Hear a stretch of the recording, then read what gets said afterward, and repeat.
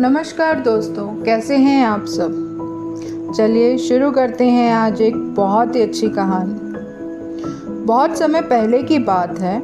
रहमान चाचा के यहाँ एक चूहा रहता था। हर दिन की तरह उस दिन भी बाजार से गांव लौटते वक्त चाचा झोले में कुछ सामान लेकर आए। झोले से बिस्कुटों का पैकेट निकलते देख चूहे के मुंह में पानी आ गया। लेकिन ये क्या, अगले ही पल उसके पैरों तले जमीन खिसक गई।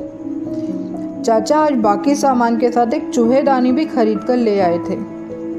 चूहा फौरन भागकर मुंडेर पर बैठे कबूतर के पास गया और घबराकर उसे कहने लगा, यार आज बड़ी गड़बड़ हो गई।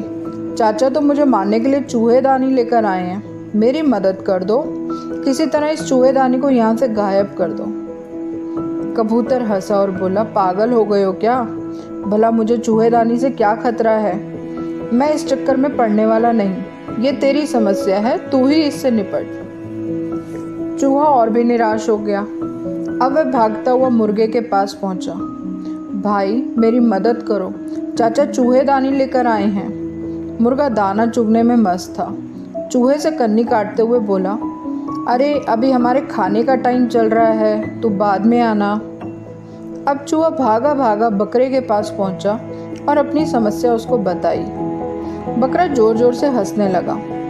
अरे यार, तू तो पागल ही हो गया है। चूहेदानी से तुझे खतरा है, मुझे कोई खतरा नहीं। तेरी मदद करके मुझे क्या मिलने वाला है? मैं कोई शेर तो हूँ नहीं जो शिकारी मुझे जाल में फंसाएंगे और तू मेरा जाल कुतर कर मेरी जान बचाएगा। ऐसा कह के बकरा उस पर जोर जोर से हंसने लगा। बेचारा चूहा उदास मन से अपने बिल में वापस चला गया। रात हो चुकी थी। चाचा और उनका परिवार खाना पीना खा के सोने की तैयारी कर रहे थे। तभी खटाक की आवाज़ आई। चाचा की छोटी बिटिया दौड़कर चूहेदानी की ओर भागी। सभी को लगा कि चूहा पकड़ में आ गया है। कबूतर, मुर्गे और बकरे को भी यही लगा कि आदत से मजबूर चूहा खाने के लालच में आज मारा गया। लड़की पलंग के नीचे हाथ डालकर चूहेदानी को खींचने लगी। तभी जोर से आवाज़ आई, ये क्या? चूहेदानी में चूहा नहीं बल्कि एक जहरीला सांप फंस चुका था और उसने बिजली की गति से फुंफार मारकर बिटिया को डस लिया। बिटिया की चीख सुनकर सभी लोग इकट्ठा हो गए। रहमान चाचा तो सर पर पैर रख के पड़ोस में रहने वाले ओझा के यहाँ भागे। ओझा ने कुछ तंत्र मंत्र किया, बेटे के हाथ पर एक लेप लगाया और बोले, बच्ची अभी खतरे से बाहर नहीं हुई है। मुझे फ़ौरन एक कबूतर का कंठ ला के दो, मैं उबाल कर इसे घोल बना के इसे ठीक करूँगा। ये सुनते ही रहमान चाचा ने फटाफट कबूतर को पकड़ा और ओझा को बिना देर किए कबूतर को दे दिया। ओझा ने कबूतर का काम तमाम कर दिया। अब बेटे की हालत थोड़ी सुधरने लगी। अगले दिन कई नाते रिश्तेदार बिटिया का हालचाल जानने के लिए इकट्ठा होने लगे। चाचा की बिटिया की जान बचने से सभी लोग खुश थे। इसी खुशी में उन्होंने मुर्गा खाने की डिमांड कर दी। कुछ ही घंटों में अब मुर्गे का भी काम तमाम हो गया। यह देखकर बकरा भी काफ़ी डरा हुआ था, पर जब धीरे धीरे सारे मेहमान चले गए तो वह बेफिक्र हो गया।